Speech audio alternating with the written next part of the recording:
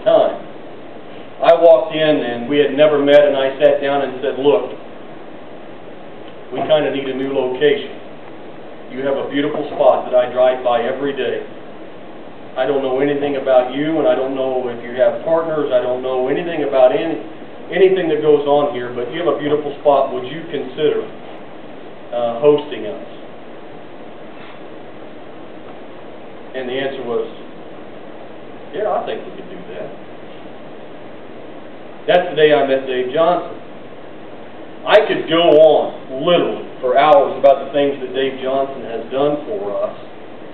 His partners are Ronnie, Donnie, and Brian Simpson, and I'm just going to tell you one, because if you were there, you saw Johnson constantly on pieces of machinery that I do not know the names of, but helping move people and doing things just to make the rally work. Well, I will share with you one story. If you are familiar with that piece of property, you know that it's an orchard with a track, about a half-mile track or so, and it's just perfect. However, other than 4 street lamps, there was no electricity on this property. Without going into the story in complete depth, I can tell you that the electricity was supposed to have been complete by April 1st so we could have a test run or two to make sure things were good.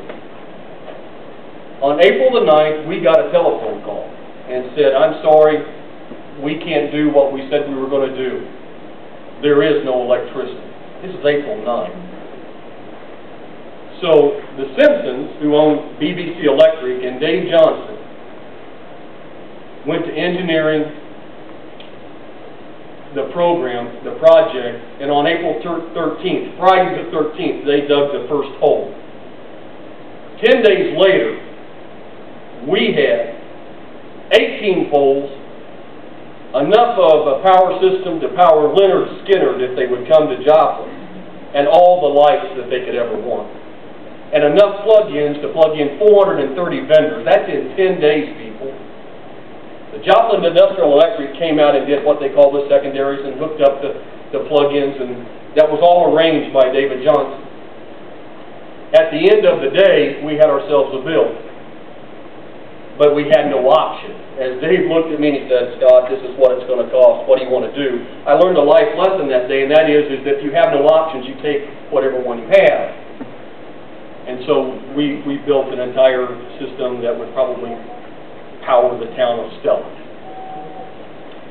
And the concert went off without a hitch, and everything was great. And at the end of the event, Dave Johnson and the Simpsons came up to us and said, you know what we'd like to do? We're going to pick up that tab on that entire electric system. That's unbelievable. I'm not going to tell you how much money it is. I don't feel like it's my place to, but it was a lot of money.